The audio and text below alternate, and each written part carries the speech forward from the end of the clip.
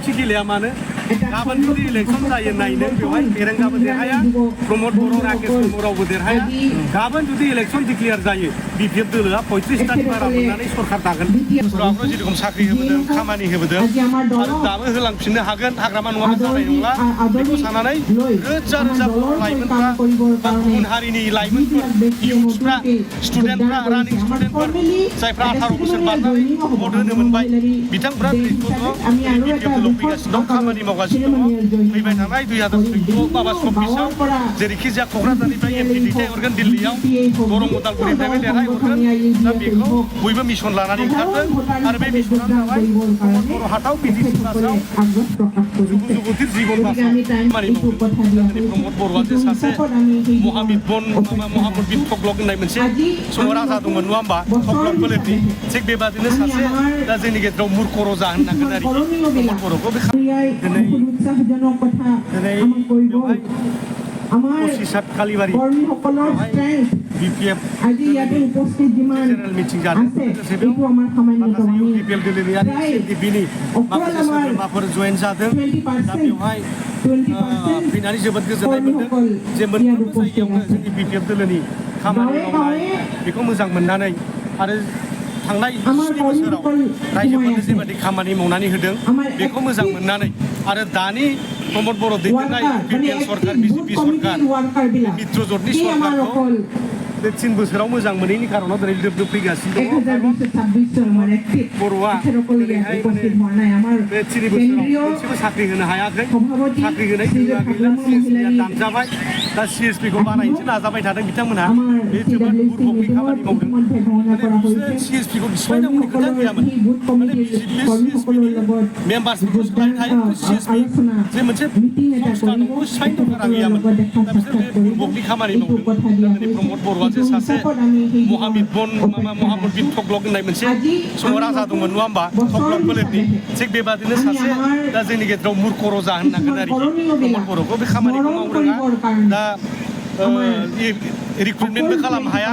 दा ओंखायनो आसाम डाइरेक्ट रिक्रुटमेन्टनि गेजेरजोंसो बिटिसिआव थानाय मोनफ्रोमबो खालि पस्टखौ दा फिलआप खालामगासिनो दं आसाम सरकारा ओंखायनो दिनै मोजां मोननानै दिनै बे 17 बोसोराव आगोलाव जेरखम साख्रि होबोदों खामानि होबोदों आरो दाबो होलांफिननो हागोन हाग्रामा नङाबा जानाय नंला बेखौ साननानै रोजा रोजा बर' लाइमोनफ्रा बा गुबुन हारिनि लाइमोनफोर इयुथ्सफ्रा स्टुडेन्टफ्रा रानिं स्टुडेन्टफोर जायफ्रा 18 बोसोर बारनानै भट होनो मोनबाय बिथांफ्रा दिनै ज'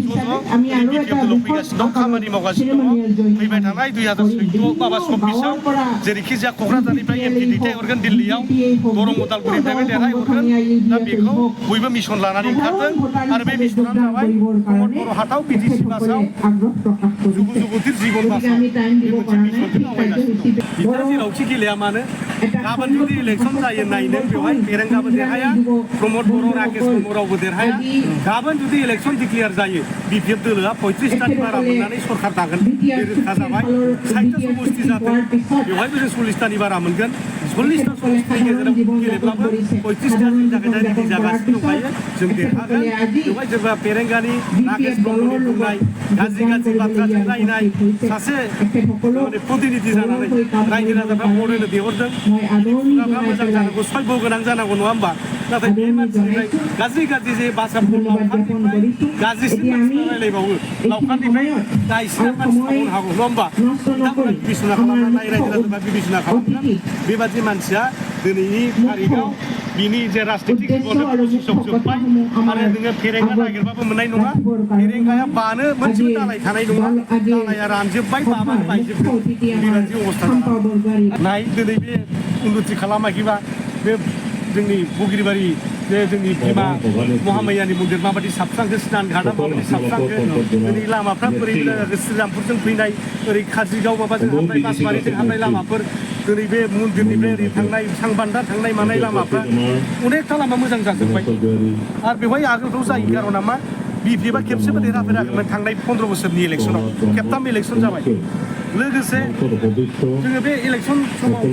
जोङो देरहालाङाखैब्लाबो जोङो नायबाय थादों हाग्रामा महिलारिया नायबाय थादों बे सोरबा बिहाव बिखुनजोनि सोमोन्दोनि बाथ्रा गैया राजनितिकआ राजनितिक पाब्लिकखौ नायनांगौ नायबाय थादों सोरनो साख्रि होनांगौ होदों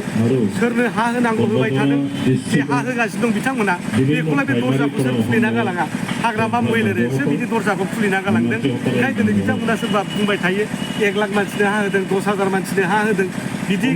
जे बिथांमोना जे बुंनो सुबिदा मोनदों सोर खालामना होलांखै हाग्रामा महिलारि खालामना होलाङा दिनै एबसुनि नेताफ्रा बड'लेण्ड इउनिभारसिटियाव फरायनानै नेता जाफैदों हाग्रामा महिलारि बानायनाय इउनिभारसिटियाव कलेजाव फरायनानै लिडार जाफैनानै हाग्रामाखौ जेबो मावाखै होननाय माने माननाय जादों लक्ष्मी सारा मानसि दं।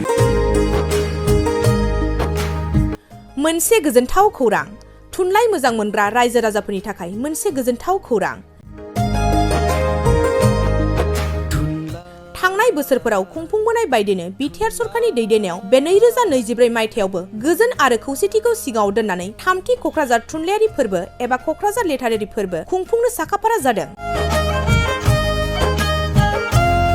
2024 मायथाइनि जानुवारि दाननि 27, 28 आरो 29 जानुवारिसिम सानथामनि मेहेरगोनां हाबाफारिजों गोजोननि नोगोर क'क्राझारनि बड'फा कालचारेल कमप्लेक्सआव 3थि क'क्राझार थुनलाइयारि फोरबोखौ खुंफुंनो साखाफारा जादों। बे फोरबोनि गाहाय थांखियानो जादों बर' राव थुनलाइखौ बुहुमाव सिनायथि होनायजों लोगोसे बे फोरबोआव गुबुन गुबुन हादरनि गुबुन गुबुन हारिनि थुनलाइ लिरगिरिफोरनि रोंगौथिखौ फोरमायलायनाय बेनिखायनो गासै रायजो राजाफोरखौ लोगोसे गोसो गुदुं थुनलाइ लिरगिरिफोरखौ बाहागो लाफैनो थाखाय बानजाय आफादा खावलायहरदों। हारिनि राव थुनलाइ जौगाहोनो